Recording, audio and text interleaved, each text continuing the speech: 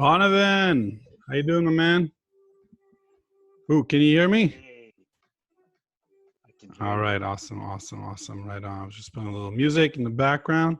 Hi, Marcel. Hi, Denise. Hey, Margaret. Good to see you all.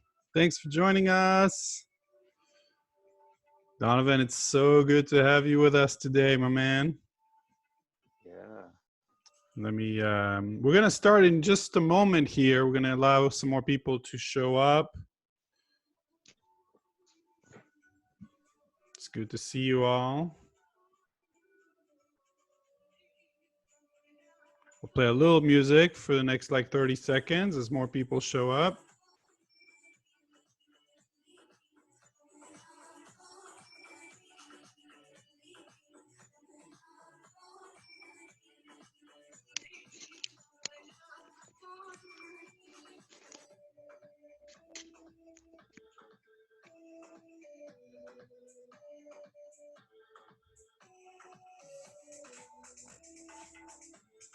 Hey, Carol. Hi, Dalila. Good to see you.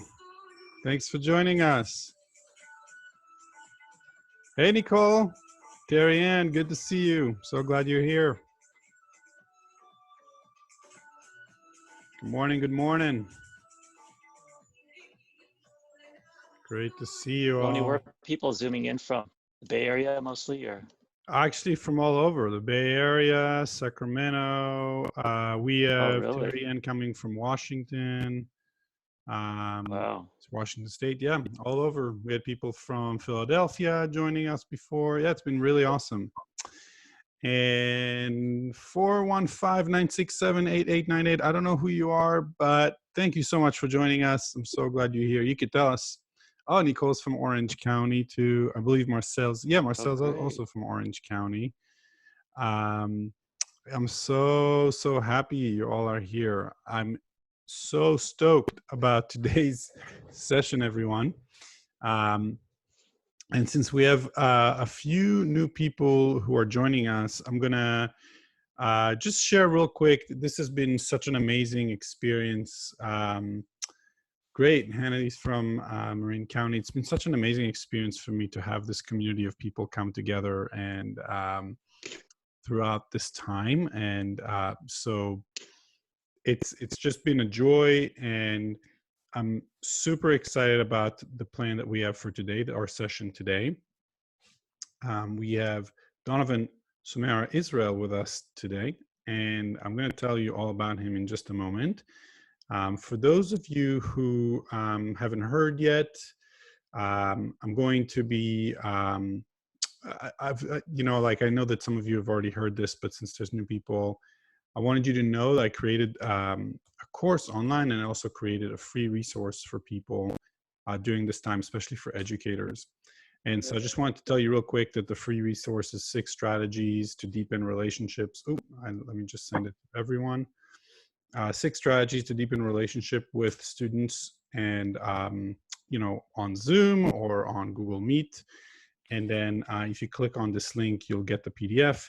And then after your email, and then also, of course, if you want to take advantage of the course today, please do. I mean, educators are taking it, they're loving it, they're enjoying it. It's a pretty short course. It's really meant to give even more tools, not only for you to connect with kids, but also to really, just to really support yourself with your well-being and resilience. A lot of what we're doing with this webinar. So, but it just goes a little deeper. If you do want to take advantage of the course, then for sure use the promo code EQ Courses 2020. It will reduce the price quite a bit. All right. With that said, I am so excited to introduce our guest speaker. Before I read Donovan's bio to you, I want to tell you a little bit about how I knew Donnovan and why I invited him to speak. So I first met Donnovan at Gunn High School when he came to provide us a professional development training after a very, very intense tragedy that we faced.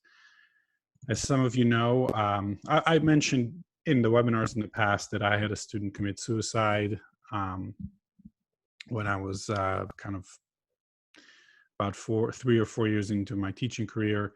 And unfortunately, during that time, we had a number of years where we had clusters of suicides. So in the span of 8 years, we actually lost 9 students, and it was completely devastating. And very, like, we felt very helpless about it as a group, and just, it was dark, it was hard.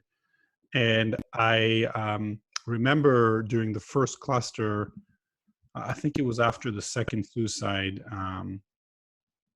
when when a girl took her life, our school decided to invite Donnovan in and really support us in professional development.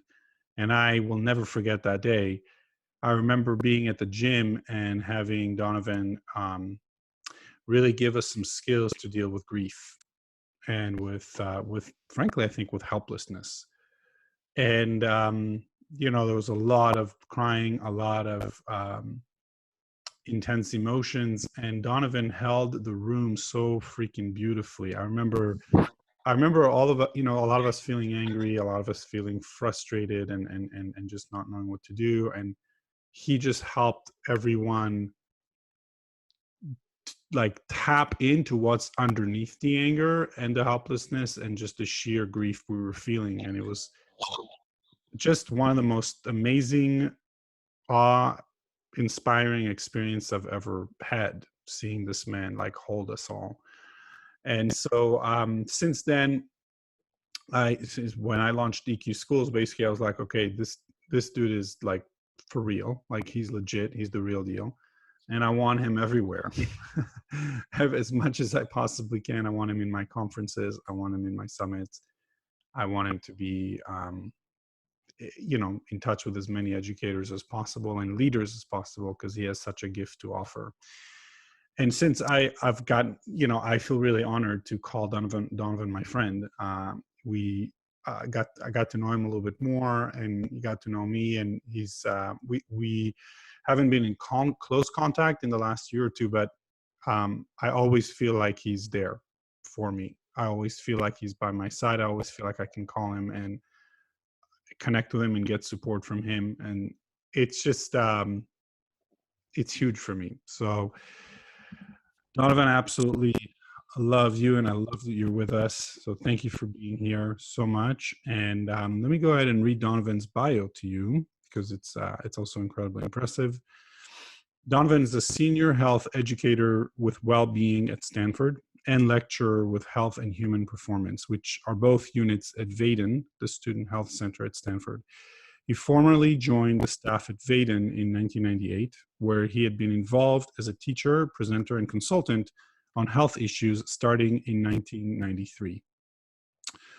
Donnovan brings positive psychology, aka the science of happiness, perspective to all of his teaching.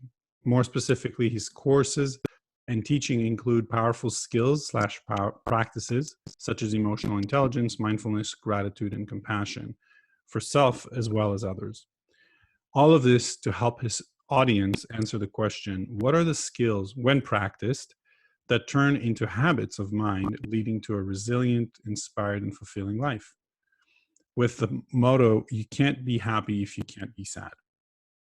Donnovan is simultaneously a grief educator, group facilitator, and camp counselor with Kara in Palo Alto, and is deeply committed to teaching people that grieving is a learnable skill that enables us to cope with all losses in life, from disappointment to death. And with that, I want to go ahead and pass the baton to Donnovan. Again, Donnovan, thank you so much for being with us. I'm going to mute myself, and Donnovan, you can take over. Great, thank you. Hello, everyone. It's really an honor to be here in your presence, and thank you to Roni for including me. Teachers are by far my favorite audience, the most heart-based and giving, and also hungry for the kinds of things that Roni provides with EQ Schools. And I miss the conferences, in-person conferences from back in the day a lot. So the topic today, without further ado, is the word of 2020. Even if it's only May, but I'm pretty sure the word of 2020 will be uncertainty, right? There's no doubt about that. And so there's many topics we could talk about today, but I only have a short amount of time. So I'll dive into this topic of uncertainty and how do we cope with that and how do we hold it.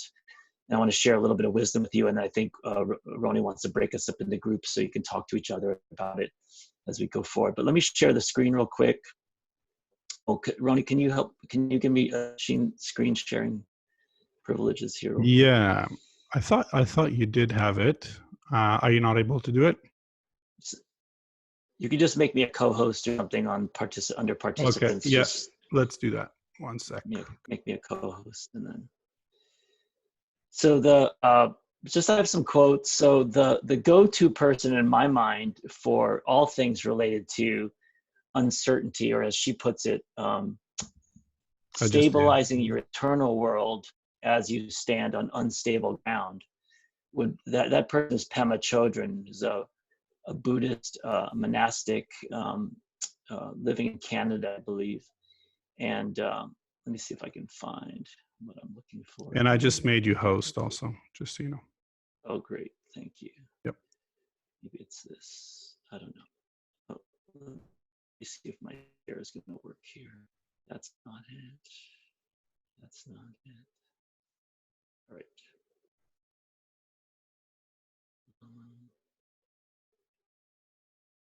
Can everybody see my screen? There's some quotes on the screen. Yeah, we can see this. I can see the screen. Yep. Great. So I'll just read these and we can kind of absorb the wisdom of Pema Chodron. Anyway, Pema's a very prolific writer, and you can find her videos all over the internet and books, innumerable books, and really all about how to stay in uncomfortable tensions and not think about a gymnast trying to stay on the balance beam. How do you stay in that tension and not give in to the comfort and desire to just fall off or to not try at all? So really a lot of life is about, to back up a second, it's about, I've heard it said one of the best ways to describe all human actualization and growth is the ability to face and tolerate discomfort, to approach our discomfort, whether it's physically doing push-ups and going for a run, or the psychological discomfort of doing the work internally. And uncertainty is certainly one of those areas. And so Pema talks a lot about that. I'll just read some of these. It's a terrible thing that we feel fear based on unknown. It is part of being alive, something we all share.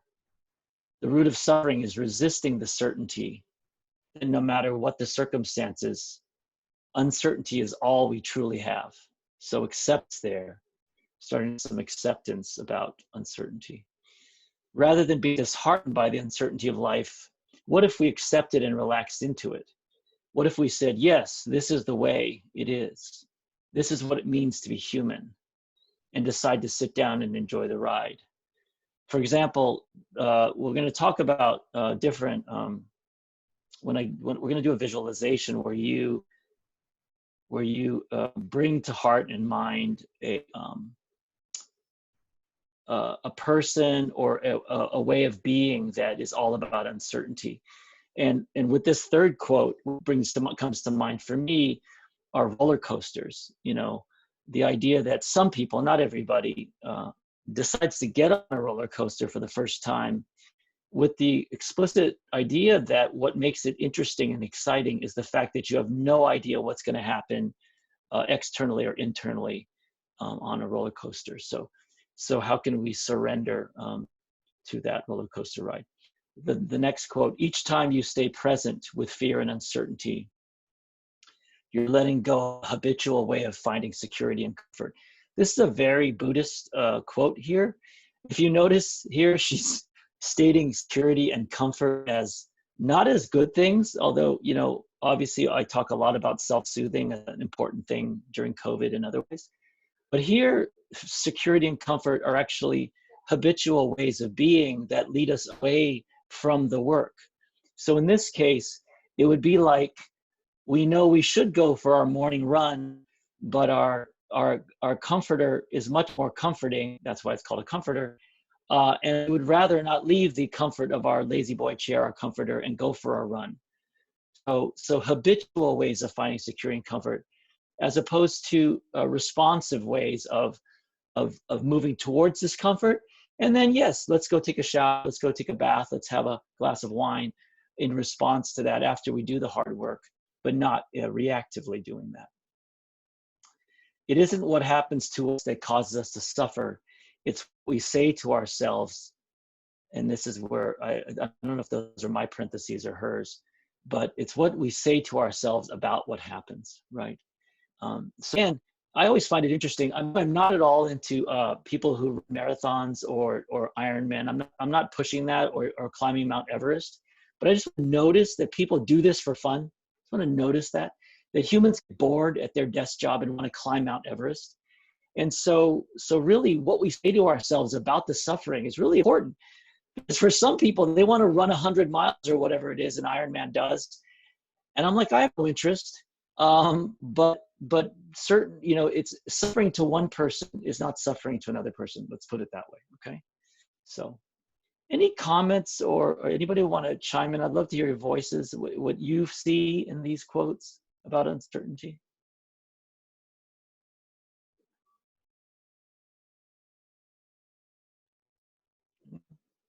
And feel free to unmute yourself or put things on the chat if you want. For me, I love the third one, rather than being disheartened with uncertainty of life. What if we accepted and relaxed it into it? What if it just means to be human, and decided to enjoy down and sit down and enjoy the ride? I could really use that, Donovan. Definitely something I can use. Yeah, it resonates with Kate too. She put that in the chat. The second quote reminds me of one that I heard, and I don't know who to attribute it right now, but suffering equals pain times resistance. And it's really beautiful. Yeah, I can't remember. Yeah. If there are any math teachers, thank you, Joan, out there. I once got really nerdy and tried to decide whether it was pain times, whether it was an exponential thing where you would put the suffering as an exponent, whether it was multiplicative, or whether it was times 1 or times 0. And I got really nerdy with the pain suffering thing. If anybody wants, if you're a math person, you'll find that very interesting. But yes, the idea that life has pain, but we add suffering on top of it, and it's either exponentially bad or at least a multiplicative, it multiplies, or additive in any case. But how do we accept that we're going to have a headache? And by the way, the whole basis of MBSR and a lot of these mindfulness-based pain reduction, mindfulness-based stress reduction, is not that it takes away the pain necessarily, but it takes away all the things we add to the pain. And people find tremendous relief when they get their inner world stabilized and they have the physical pain still, but it changes their experience of that physical pain to the point where it seems like it almost goes away. So beautiful, Joan. That's yeah. Folks, we're gonna 2 bits of information before we do the so one is, I'll share this one now. So transferring to Dan Siegel. Dan Siegel has a very interesting way of coping with uncertainty. When you're reading these uncertainty quotes, you might be getting the message that Donnovan or Roni or Pema Chodron is asking you to just shut up about certainty already and just accept uncertainty, right? I don't know if that's what you got out of this, but that's actually not what I want to say today. Dan Siegel teaches us that desire for uncertainty is built into us innately. And if I'm interpreting him correctly, what I hear is that your ancestors putting away enough grain for the winter or creating an aqueduct was a way of securing a certainty to survive the long winter or the long summer, you see? And so this is innate in us, and we don't want to push it away. So Dan Siegel's concept of health is beautiful, and I'll try to go through this as quickly as I can. It's pretty simple if you start to consider it, but his idea of health is integration. The mathematical equation of integration is differentiation of parts plus linking equals integration. So the very simple description of that is either a soccer team or a symphony. A soccer team and a symphony, everybody plays a different instrument, plays a different position. God forbid the cellist decides to play the bassoon on the day of the concert. This is a bad idea. God forbid the I don't play soccer, by the way, but the midfielder decides to play defense or offense, right, on the day of the the FIFA World Cup. Bad idea. But the math teacher decides to teach English, having never done so before. This is a bad idea. Okay. But if each person differentiated plays their role and then links together in synchrony via pace, via harmony, if it's an orchestra or a choir, via the timing, right? All of these ways, then you have beautiful music. That's integration. So applied to this, Dan Siegel refers to it as a form of temporal integration, where he's saying, don't push away this desire for certainty, but simply have as if the desire for certainty was a part of you, like a little a person or a voice in you, a little child, for example, saying, I don't want to leave Disneyland. Okay. So imagine you have this little voice in you that's the voice of certainty. Simply have a conversation with the logical part of you that understands the truth of the world. I'm speaking to you, your cells are turning over, that your blood, for everything is changing about you in this moment, right? The very couch you're sitting on is disintegrating it's decomposing, you know what I mean? So having these two parts of you talking to each other is what integration is about. Don't push out either, but say, hey, I'm really a control freak, and I want to own that about myself, not diss myself, and have compassion about that. Anybody want to raise their hand to that? I love control, cheats. I love planning. Own that about yourself, but have a dialogue. You can have like a little screenplay or a Socratean kind of dialogue here between the God of uncertainty and the God of certainty, and have them have a conversation, have them talk to each other, have them have a beautiful debate. That's what integration is. And when we can start to do that, we're actually having different parts of our literal brain talk to each other and start to integrate. Does that make sense?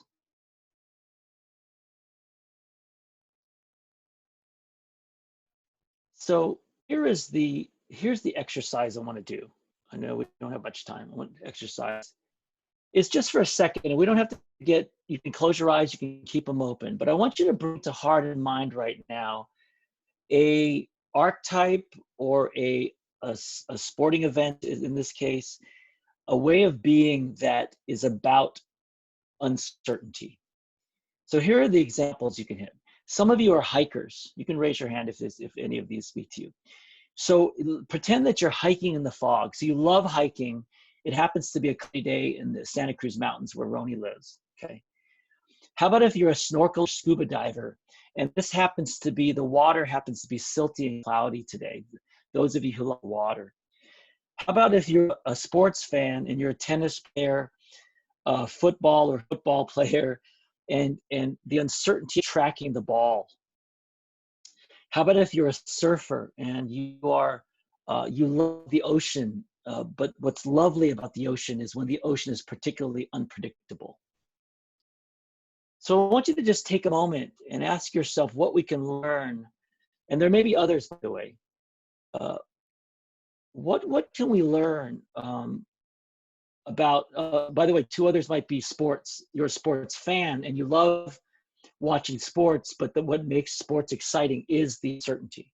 Or you love going to movies or reading novels, but what makes novels interesting is that you don't know what's going to happen at the end. I know some of you reread your novels, but having said that, it's about not knowing, uncertainty.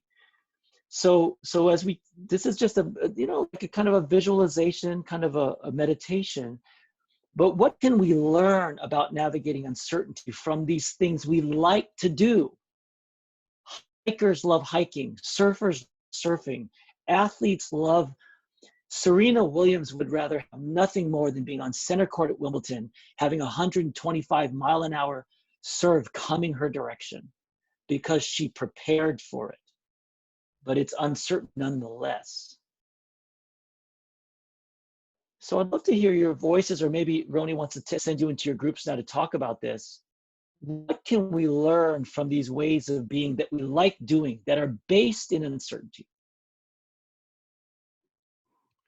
I love that question, Donovan. I think that's brilliant, and I think it's great for us to chat about that. It's in small groups. Unfortunately, I made you host, so I cannot put people in small groups anymore. You can.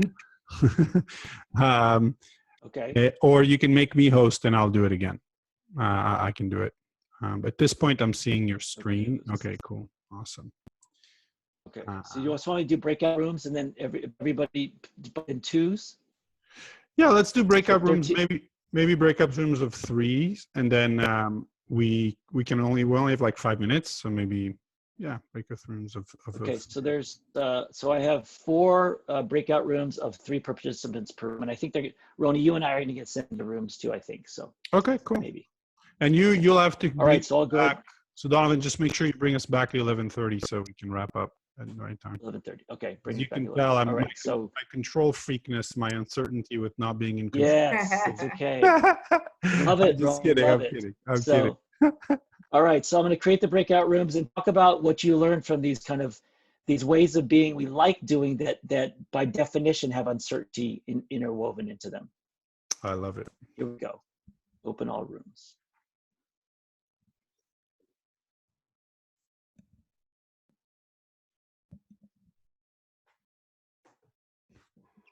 Hey, Denise. Hey, Nicole.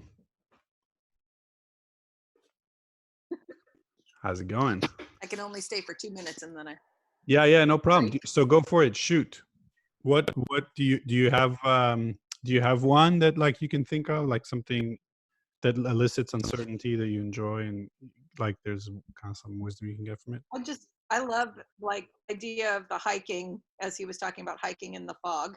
Yeah. I always feel like I'm excited to do that because I know that there's some beauty on the other side that I just haven't seen yet, and I'm looking forward to it as I step further and further into it. Like what else will show up that I will enjoy. Yeah, I love that. And there's a real sense that like it fulfills something for you, right? Like there's a sense of like, yeah, I get that. Cool. Denise, where are you from again? I'm from Sonoma County. Okay, awesome. Right on. Do you work in Sonoma High School by any chance? No, I work in elementary. Okay, got it. Okay, cool. All right. Thanks for being here with us. Yeah. Nicole, what about? Yeah, for sure. Nicole, what about you? Well, I chose the like sport. I like watching sports. I love watching sports. Yeah. So I feel like the uncertainty is like what makes the game exciting. If we knew what was going to happen all the time, we knew, and it would be, what's the point of watching sports then? You know what I mean? Right. It's the, it's the excitement, and you get the adrenaline kind of rush. You just being, a fan and stuff like that. So I like the whole uncertainty of it, because like, who's gonna do like better plays? Who's gonna be able to stop this person this time? And you always think of uncertainty as like negative, I guess. And then it's like I've never looked at it that point of view. It's like, wait a minute, it is like, yes. Totally. Yeah. I love that you brought that up too. Like, did you like? For me, my example is, just the fact that I run a business.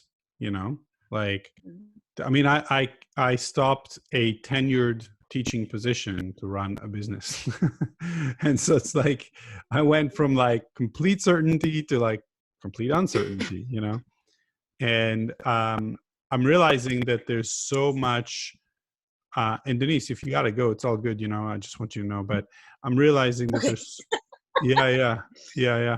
But I'm realizing that there's so much, goodness that is coming from not necessarily having certainty, you know, like not only being okay with the uncertainty, but the fact that that there is uncertainty, the fact that it's just exciting. It's like there's excitement that, okay, yeah, I don't know exactly what the next 12 months are going to look like, but I get a chance to kind of create something and, you know, kind of see where it goes. And that's exciting for me. Like, I like that. I kind of need that, you know, in my professional life. And I'm, I'm loving that I'm getting a chance to like reflect about that, you know? Yeah. Yeah.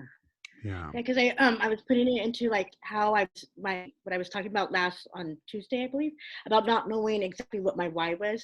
I'm like, wait, that's kind of my uncertainty. I think that's what my big problem is. I get nervous of that uncertainty of like taking that next step. So it's like I'm comfortable where I'm at. I know how it's gonna go. So it's like, you know, you stay comfortable in what you know. And I think it's but now looking at it as like, oh, uncertainty is a good thing, then maybe it's not. I won't be so scared to take that first step of like, you know, finding, you know, stepping out and seeing what else it is that I want to do. Or as we're before I go, just I appreciate this so much with as we're moving forward with talking about what is school going to look like, you know, coming into having that uncertainty of, is it going to be a hybrid? Is it going to be continuing like we've been doing where we are just kind of thrown in, or is it going to be going back kind of normal, you know? So there's all that uncertainty. I need to wrap my brain around it as it could be a good thing. So that's what I'm taking away right now before I excuse myself from the meeting. So thank you. Absolutely, Denise. Thank you. Thanks for being with us. Bye. Yeah. Have a good one. You too. Bye. And Nicole, I'm just so glad you're here with us. It's awesome that you got a chance to make it. Nicole, remind me, you're from NOC, right? Or not? Yeah, well, I live in Orange County, but I work in Walnut District, or Roland Unified District. It's in Roland Heights. It's in yeah, but yeah, that's where I'm from. So where did you see me? So like, where did we first connect? Okay, I went to oh, what was it? It was last year at the Q. Oh, okay, cool. Awesome. Yeah. Right on. Yeah, and then I was getting excited because this year I was like, oh, he's going to be there again. I was telling all my, that's what I was saying. I was just like, oh, we can't see him. I'm like, you guys, it's virtual. We can still do it. I'm like, oh my God. And you rocked it. Like, I mean, it was just as good. It was like, thank you so you're much. Awesome. Oh, that means a lot. That means a lot. I'll see you at the other.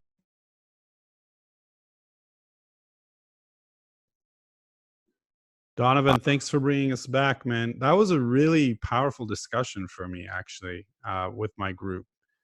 I love my group, by the way. Thank you for allowing me to kind of see some new things about this. Can I actually share real quick? I just thought it was really powerful. I realize a lot of times that I really care a lot about certainty, and I want things like I want to know things. But I also realized like I'm choosing to like own a business, you know, like I'm choosing to have a business that supports people. And like with businesses, it's like uncertainty is kind of the name of the game, especially right now, you know. And I realized that there's so much joy that I get out of like creating something when it's not like joy that I'm getting out of the uncertainty, the fact that I kind of get to create my reality as much as I have control over, you know.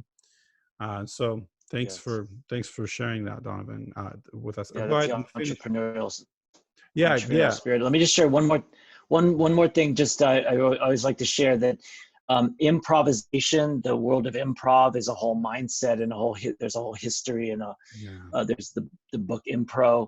That's another for you, the teachers, to share with their students. In addition to linear, rational, preparatory learning, you know, this improvisational learning is a big gift to students to try to bring that into their world. So that's another mindset that's based on uncertainty for entertainment, but also for all manner of being in the world. So just want to share that.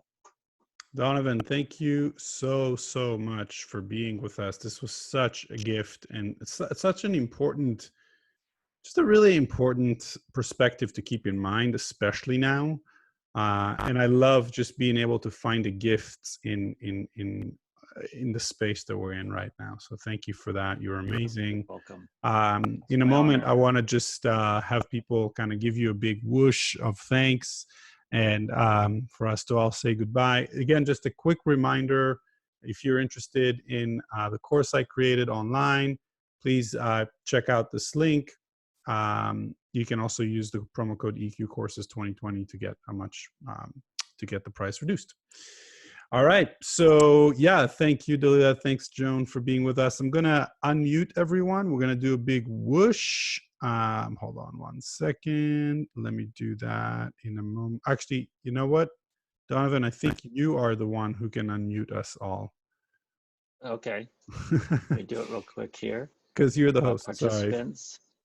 So just unmute. Oh, unmute all. There you go. Yeah, that's it. Right. So a whoosh works this way. We're just going to give you like a heart-centered energy, like thank you so much for being with us. We're going to do it on 3. So 1, 2, Catch and it. a whoosh. Nice. Thank you, everybody. Absolutely, Thank you. Donovan. Thank you for being with us. Yes. It's great to see you all. Thanks for being with us. I'm stoked. I'm Ronnie, looking. quick question. Yeah, go for it, Marcel.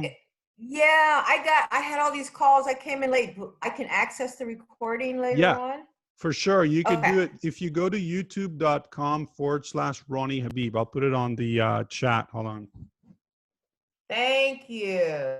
Yeah, for sure. And Sound like it was a great session. Bye. Yeah. Thank you. All right, you guys. I'll see you next You're welcome. Tuesday. I'll see you next Tuesday, everybody. Next week. Yeah, See you yeah. Tuesday. Stay safe. All right. Take care, Bye. guys. Bye. Positive thoughts.